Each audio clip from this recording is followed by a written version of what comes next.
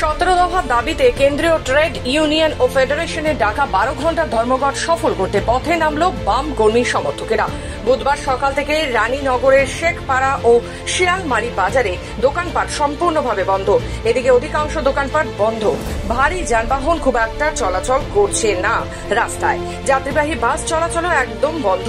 বাম কর্মী সমর্থকদের হাতে দলীয় পতাকা নিয়ে ধর্মঘটের সমর্থনে বাজারে বাজারে ঘুরছেন। সমস্ত দোকানে গিয়ে ধর্মঘট পালনের জন্য অনুরোধ করছেন।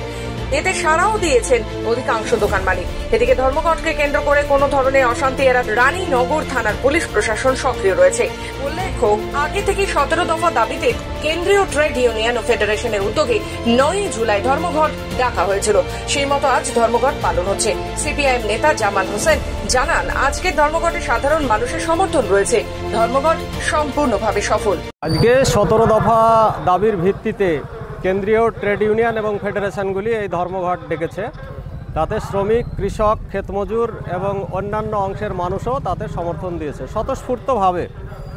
আজকে গোটা দেশের সঙ্গে আমরা এই রানীনগর 2 নম্বর ব্লকের শেখপাড়াতে আপনি দেখতে পাচ্ছেন যে সমস্ত দোকানপাট মানুষ বন্ধ রেখেছে, মানে ধর্মঘটে অংশগ্রহণ করেছে।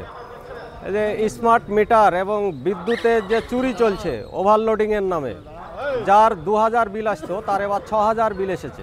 এরই প্রতিবাদে কৃষকের ফসল দাম নাই ঠিকই কথা, কিন্তু ডিএপির বস্তার গায়ে লেখা আছে 1350, আর সেই ডিএপির দাম নেওয়া হচ্ছে 1950। কেন্দ্রীয় সরকারের বিরুদ্ধে ধর্মঘট, কিন্তু রাজ্য সরকার তৃণমূল কংগ্রেস উঠে পড়ে লেগেছে এই ধর্মঘটকে ভাঙার জন্যে।